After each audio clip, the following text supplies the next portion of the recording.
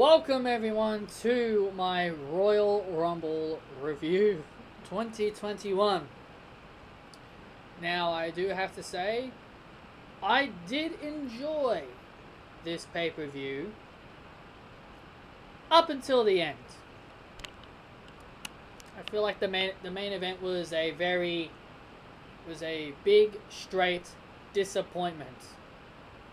And one thing that I said that should not happen, happened.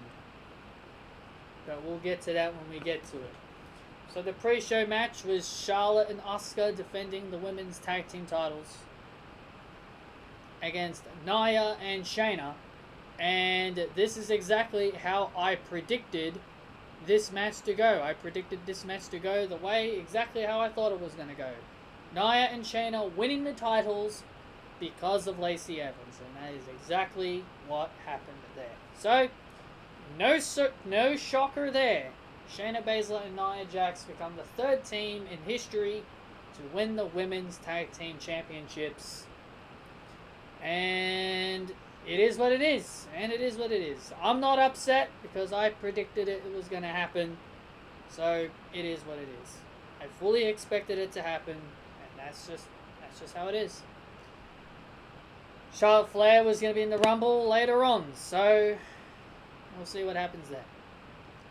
Then so that was the pre-show. Then the main card started off with Drew McIntyre versus Oldberg, and Drew McIntyre retained. Thank God for that. Thank God that Drew McIntyre retained the WWE title over Goldberg. This was the one match I was very nervous about. But in the end, Drew McIntyre retained the WWE Championship over Goldberg. Good. Now Goldberg can go away and never come back. Watch them have Goldberg face Roman Reigns at WrestleMania. Watch them do Roman and Goldberg at WrestleMania. Then we have Sasha Banks defending her championship, the SmackDown Women's Championship, against Carmella. And this match was not as good as their TLC one.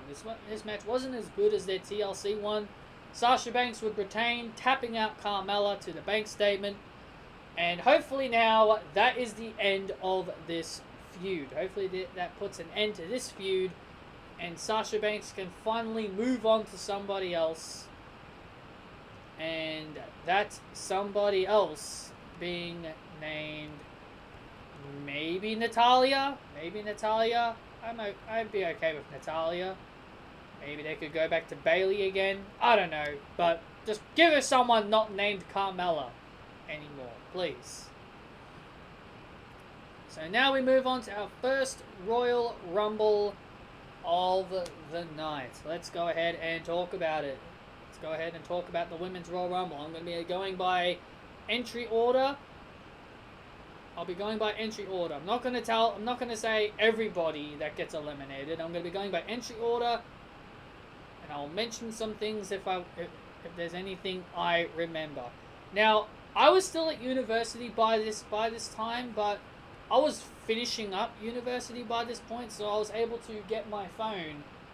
My phone's over there. But I was able to get my phone and watch wrestling while I was on my way home. So I was able to watch this. The women's title tag match, the Oldberg match, and the Sasha match I didn't see. I didn't see those matches. I saw this, and I saw the men's Royal Rumble when I got home. So I only cared about the Royal Rumbles, because I wanted to see who was going to win those. Obviously, I was disappointed with the men's, but we'll get to that. We'll be getting to that soon. So, the women that began this year's Royal Rumble, Bayley began at number 1, and the returning Naomi came in at number 2. Naomi had a great performance. She lasted 47 minutes. I was very proud of Naomi's performance. That was a great return. Very happy to see her back. Bianca Belair came out at number 3. Bayley lasted 29 minutes as well. So, thought I'd mention that. She had a good run as well. So, Bianca came out at number 3. Billie Kay came in at number 4. She kind of did the exact same thing she did. I don't think she was in last year's. I think it was 2019. She didn't go into the ring straight away. Billie Kay, you know, she was trying to convince people that were coming to the ring to be her friend or her partner. Shotzi Blackheart was the first NXT name to come down, and she was the first one eliminated. And she got eliminated by the next entry. That was Shayna Baszler. Shayna Baszler came in. She lasted 41 minutes and 47 seconds. So Shayna had a good run as well. You kind of expected it, considering Nia Jax was her partner. Well, is her partner, I should say. Toni Storm came out at number 7. Very cool to see Toni Storm. And then we had our first surprise entrant. I don't really consider the NXT names as surprise entrances anymore. We had our first surprise entrant, Jillian Hall. I remember Jillian Hall. She was awful. And she is the woman that and she's a former Divas champion. She had the shortest reign in the Divas Championships history. I don't know how long, but it was short. I know that much.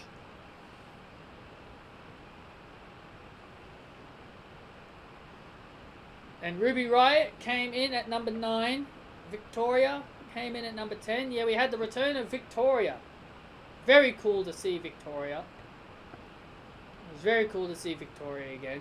Peyton Royce came in at number 11. We had a little Iconics moment before Billie Kay got eliminated by Ruby and Liv Morgan, which Billie Kay would get an elimination of herself. She got Jillian Hall out. So, very cool. Then we had NXT's Santana Garrett. I freaking love Santana Garrett. She's so good. How has WWE treated this woman so poorly is so beyond me. Santana is really good in the ring, and the way they've treated her just makes me sad. The way they've treated her makes me sad. She's a really good wrestler, and I wish they'd treat her a lot better. Liv Morgan came out at number 13. She lasted a lot longer than she did. This is her longest appearance in the Royal Rumble. She lasted 6 minutes and 40 seconds. Congratulations, Liv Morgan. You surpassed your record, which her longest time in, I think, was about 3 seconds or 5 seconds. So congratulations, you beat your record. Number 14 was Rhea Ripley. And number 15 was Charlotte. So I find it funny that Charlotte came out won the Royal Rumble at number 16, and she was one digit lower. Number 16 was Dana Brooke. Number 17 was returning Tori Wilson, who didn't really last long. Lacey Evans at number 18. Mickie James at number 19. And we had Nikki Cross at number 20. And we had Alicia Fox at 21. By the way, I want to make this perfectly clear. I did not like that they had R-Truth come in and they had the Women's Royal Rumble become the bloody 24/7 mob. I really did not like that at all. Keep your 24/7 shit out of our Women's Royal Rumbles. Alicia Fox would end up winning the 24/7 title. Mandy Rose came out at 22, which Mandy Rose eventually ended up throwing Alicia Fox out, and R-Truth won back the 24/7 title. Of course he did, because that is pretty much R-Truth's title. You are not allowed to have it. Dakota Kai, she came in at number 23. And Carmella came out at number 24. I did not like this. I did not like that Carmella came out. I did not like that Carmella had a shot for the SmackDown Women's title, and then she just came out to the ring. Now, I figured they were going to do this because, they don't have enough women. I figured they were going to do it anyway. I would have rather just slotted another NXT name in there. Seriously. Having Carmella just be in there. And you know what? Alexa Bliss should be proud. Alexa Bliss, we'll get to her in a second. But good news for Alexa Bliss fans, she was not the shortest time in the ring. Carmella was actually the shortest time in the ring. Carmella lasted 45 seconds.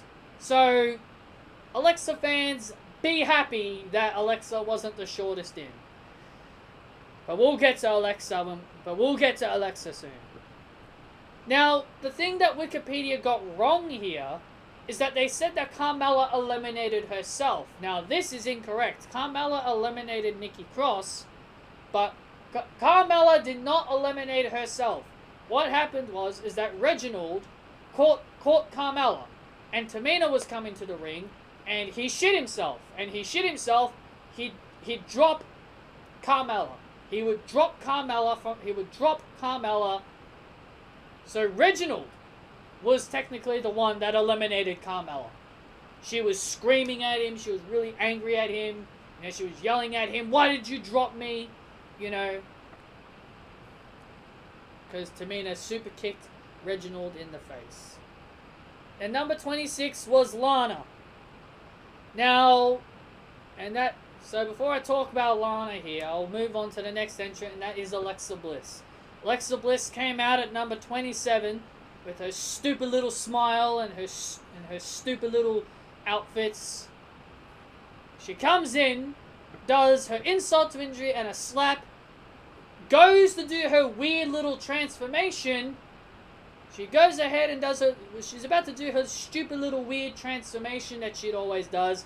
But as she was about to do her transformation, Rhea Ripley comes from behind and tosses Alexa Bliss out of the ring. Thank you, Rhea. Thank you, Rhea, for taking out the one person that did not deserve to win the Royal Rumble. And as soon as I saw Alexa Bliss go out, I was relieved.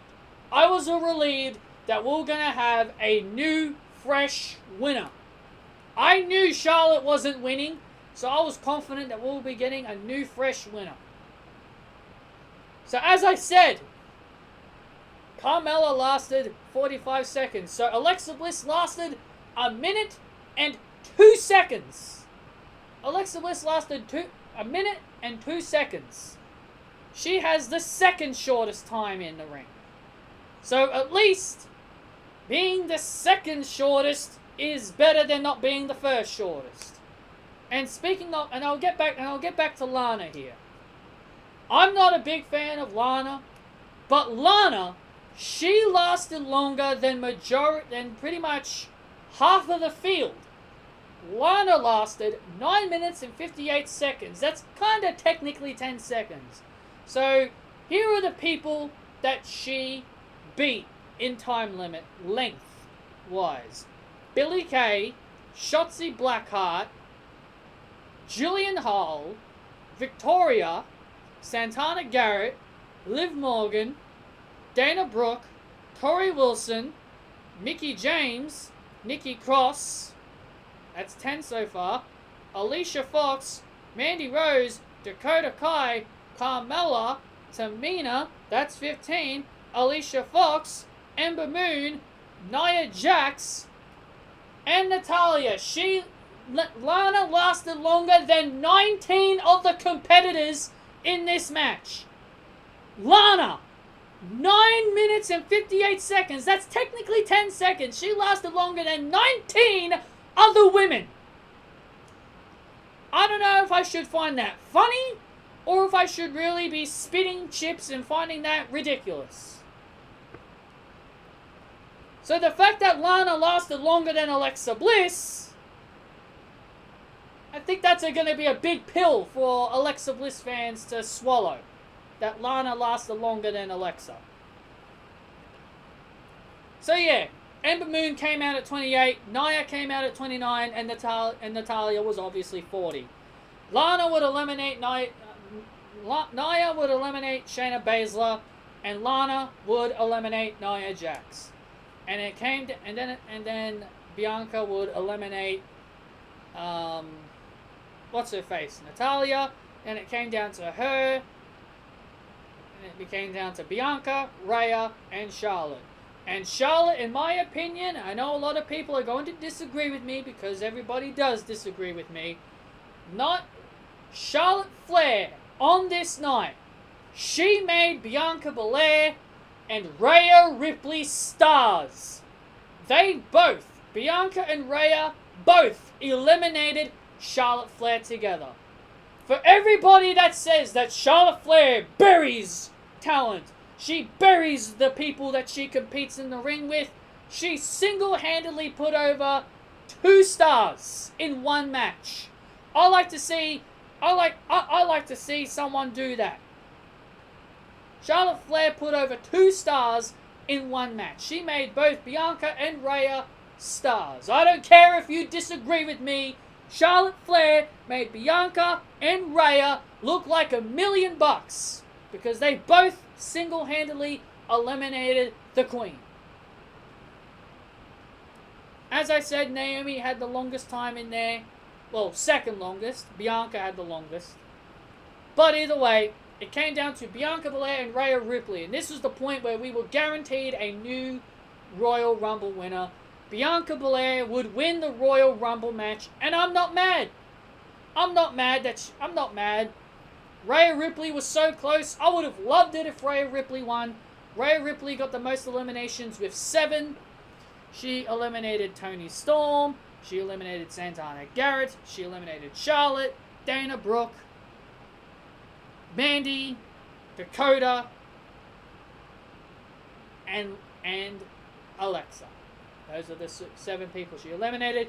Bianca got 4 eliminations. So, there you go. Bianca Belair won the Women's Royal Rumble match. So, I'm not mad about that. I actually really hope Bianca doesn't pick Sasha. I know some people are really thinking she's going to pick Sasha. I'm kind of expecting her to pick Sasha too. But I would not mind if she picked... I wouldn't mind it if she picked Asuka. But I think it's very likely she's going to pick Sasha Banks. Because I did say the winner of the Royal Rumble was most likely going to pick Sasha Banks. So I think Sasha Banks is going to verse the EST at WrestleMania. Then we had Roman Reigns face off against Kevin Owens in a last man standing match. Brutal last man standing match. Really enjoyed this last man standing match. Roman Reigns would get the win. The ending was kind of weird. I didn't really watch this match. I just got told it was really good. But I was told the ending was really weird. So, I don't know what really happened at the end there, so tell me what happened there. Also, back to the Sasha Carmella match real quick. Someone said that there was like a really scary spot that happened in the match. Now, I follow a guy named Good Mike Work. I watched a little bit of his Royal Rumble watch-along. And apparently Carmella dived through the ropes. And... she hit Sasha, she missed Sasha. Sasha told her if she's okay. Sasha didn't look happy. I was told something happened, and Sasha immediately attended to Carmella, seeing if she was okay. If anybody saw what happened, you guys can give me the details what happened there. Same thing with the ending to the Roman Kevin Owens match. I didn't really see the ending, but people were saying it was really shit. So, give me the details. If you if you saw the match, because I didn't see this. I only watched the 2 Royal Rumble matches. And speaking of the Royal Rumble, this is gonna be the last thing we're gonna be talking about, the Men's Royal Rumble. Oh boy, have I got a lot to say about this. Number 1 and number 2, which by the way were incorrect. This was in the wrong order. WWE backstage said that Randy Orton was number 1. And Edge was number 2. But for some reason, they reversed it. They had Edge at number 1 and Randy Orton number 2. Why tell us the entry orders, but you still change it anyway?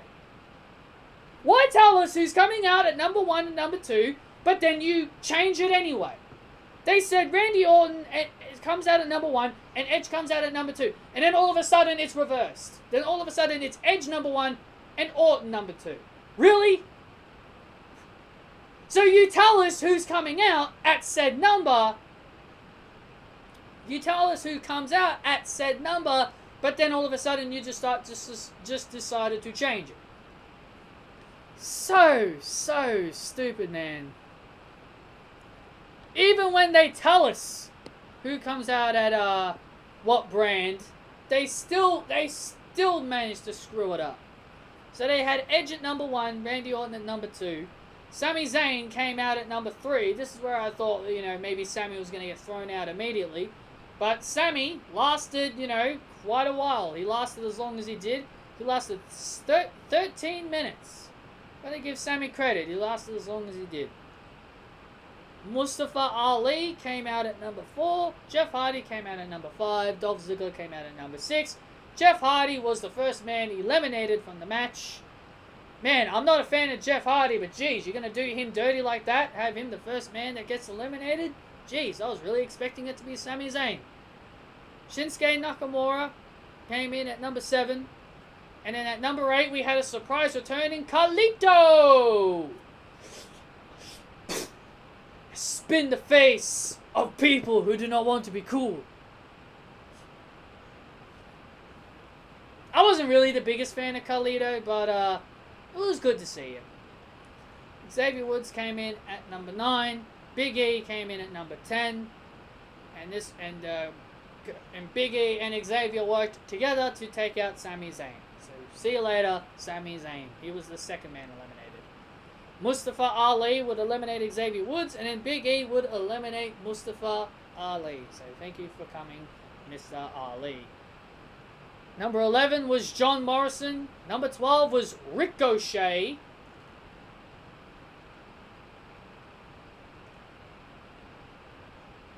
I thought he wasn't allowed in the Rumble.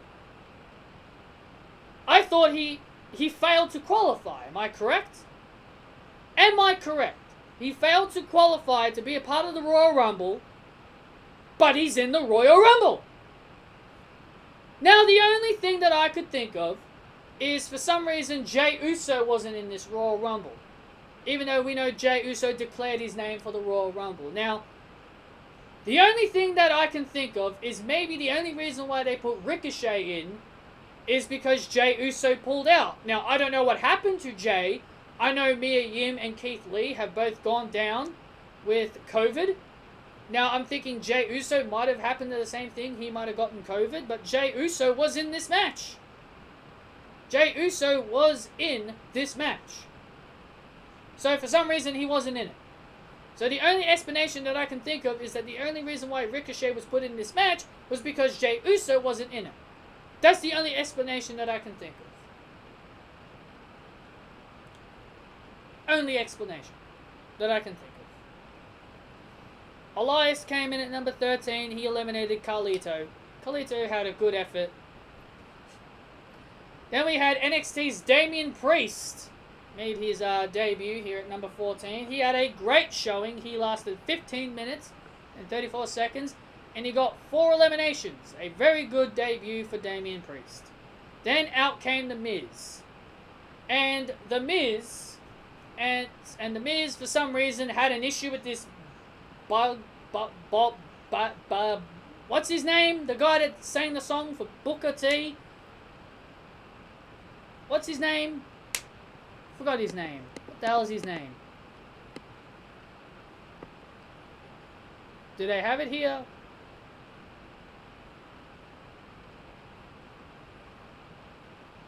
Bad Bunny. That's there it is. They have it here. Bad Bunny. Yeah, that's his name. Bad Bunny. For some reason, I forgot his name. For some reason, The Miz had issues with Bad Bunny. He went over to the staging area. He beat the crap out of his things. And then he'd head to the ring. Oh, and by the way, I don't mean to throw shade or anything here, but I have to bring this up because I find this funny. You know how Alexa Bliss lasted 1 minute and 2 seconds? Well, guess what? Guess who else lasted 1 minute and 2 seconds? The Miz. So Alexa and The Miz have something in common. They both lasted 1 minute and 2 seconds each. Put Alexa Bliss with The Miz. Make them a tag team. Call them the 1 minute warning. Because they definitely lasted only 1 minute. Jokes aside, I found it hilarious that Miz and Bliss both lasted the exact same amount of time. Then Matt Riddle came out. Oh, God. Good. Oh, God. Bloody Matt Riddle. Daniel Bryan came out at number 17. Kane made a surprise return at number 18. He was eliminated by Damian Priest. King Corbin came out at 19. King Corbin eliminated Shinsuke Nakamura. God damn you, King Corbin. King Corbin would also eliminate Otis, and Dominic Mysterio would eliminate King Corbin, because Dominic came out at 21. Bobby Lashley, he came out at 22. Bobby Lashley got 3 eliminations. He eliminated Damian Priest. Dominic Mysterio. Oh yeah, and he eliminated the surprise entrant, the Hurricane. Also, people would, I saw this video. I'll talk about Big E here for a second. I saw this video last night. It was from WrestleMania. He was saying that Big E has always had bad performances in the Royal Rumble, that he's had 0 eliminations. How funny is it that this year Big E comes out at number 10, lasts 29 minutes and 45 seconds, and gets 4 eliminations. So Big E turned his career around in the Royal Rumble. So the Hurricane came out next at 23. The Hurricane, he always, goes in and goes out. That's his shtick. He always goes in and goes out in these Royal Rumbles. So that's his thing. Then we also had the surprise return of Christian, as how Teddy Long said his name. It was cool to see Christian, I guess. I'm just not a fan of nostalgia. AJ Styles came out at 25. Rey Mysterio came out at 26. Sheamus came out at 27. Cesaro came out at 28. And we had the returning Seth Rollins at 29. And Braun Strowman at number 30. Now, apparently there was some scary ending that WWE were planning, but doesn't seem like they did anything scary. The only thing that I'm scared of is the fact they had Edge win this entire thing. That's the only thing that I consider scary. Edge wins this entire Rumble. By the way, allow me to complain a little bit here, because there's a few things I did not like here. I did not like how they treated Randy Orton in this Royal Rumble match. Now, I know I found it funny that Alexa Bliss got eliminated in 1 minute and 2 seconds, but you know what? Randy lasted the same amount of time as Edge, so I'm allowed to say this. I'm allowed to speak my piece before anybody comes at me for finding what happened to Alexa funny. So allow me to share my piece here. You treat Randy Orton like a bum in this Royal Rumble. He gets attacked by Edge. Edge takes him out. He injures him throughout the whole match. Randy's gone throughout the rest of the match. Randy Orton's gone throughout the whole match. They were building this feud. They were building this whole feud with Randy Orton around the Fiend. I was expecting the Fiend to come out at some point. I was expecting Randy Orton to at least last a good while until the Fiend would come to the ring. But Randy was gone all match. Edge injured him. Gone all match. The entire field is eliminated. Orton comes back, tries to RKO Edge. Edge reverses and gets eliminated.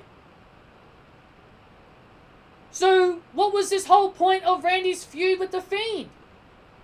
And Randy's face, the last time we saw Randy's face, he had red marks all over his face. This is why I consider this a valid complaint, because it feels like they went from building Randy's angle with the Fiend and Alexa to all of a sudden changing everything. That they turned it into the Edge Orton feud. It's like all of a sudden they turned off Randy's feud with the Fiend and Alexa and just said, right, you're gonna go right back to feuding with Randy Orton. You're gonna go right back to feuding with Randy Orton. Randy Orton's gonna go right back to feuding with Edge. That literally makes no sense to me. Why have Randy focus all this time on the Fiend and Alexa, but then all of a sudden you're just gonna change it and say Randy's now gonna worry about Edge? Randy was concerned about the Fiend, not Edge. Randy was in the Royal Rumble because the Fiend and Alexa tried to stop him from getting into the Royal Rumble match. But then all of a sudden, no Fiend, no Alexa, no interactions, no Fiend interaction, nothing with Alexa, nothing at all. And then all of a sudden, Randy is now being tossed out like he's just your average bum. Gets taken out of the match throughout the whole match, gets taken out the rest of the match, comes back at the very end, and still gets eliminated. I did not understand this booking at all. I did not understand this booking at all. It was just so weird. It was just so weird and so stupid. Why have Randy's feud be all about the Fiend and Alexa Bliss, but then all of a sudden just flip it on its head and say, nah, Randy's going to focus all of his attention on Edge now. Ridiculous. Ridiculous. Also, for some reason, Omos was credited for eliminations, which I thought was weird. I don't know why. He was helping AJ eliminate people. Don't know why he was helping AJ Styles eliminate people, but okay. Braun came out at number 30. Pretty sure I said that. He eliminated a half amount of people. He got Cesaro, Sheamus, and Styles out. As I said, Edge ended up winning this entire Rumble because Orton came back at the very end because of what happened, where Edge tried to injure him. And Edge wins the Royal Rumble match. Why? Why? Why did Edge need this Royal Rumble? Edge doesn't need a Royal Rumble, and he doesn't need a title. Oh! The Royal Rumble is made to create new stars. They did that with Bianca Belair. They did that tonight with Bianca Belair. Daniel Bryan didn't even win this Royal Rumble. They were building it up as Daniel Bryan's last chance. Daniel Bryan's last chance. They were building it up all night long. This is Daniel Bryan's last chance. Daniel Bryan's last chance goes up in smoke. All because you wanted to give Edge something that he doesn't even deserve. I'm sorry to hurt the Edgehead fans here, but Edge does not deserve the Royal Rumble win. He doesn't. He doesn't deserve it. I don't care about... I'm sorry, I do not care about the Edge comeback story. I do not care about it. Why should I be invested in Edge's comeback story? Tell me why. Tell me why should I be invested in Edge and his comeback story? I do not care about it. I'm sorry. Sorry, not sorry. If I upset you, I don't give a shit. Edge should not have won this Royal Rumble match. Who would I have won? Daniel Bryan or Shinsuke Nakamura. I would have had one of them win the Royal Rumble. Especially Daniel Bryan, since you built this entire thing around Daniel Bryan. Daniel Bryan's last chance. You built this entire Rumble around Daniel Bryan. But no, Edge deserves it more than Daniel Bryan though, right? Edge deserves it more than Daniel Bryan. Yeah, I'm sure Daniel Bryan doesn't deserve the Royal Rumble more than Edge deserves the Royal Rumble. Once again, WWE relying on top carders, relying on decorated superstars in these Rumble matches. Edge did not need this Royal Rumble. He did not need it. He didn't need it, and he didn't deserve it. I am sorry if I offend anybody, but he did not deserve the Royal Rumble. He did not. He didn't deserve it.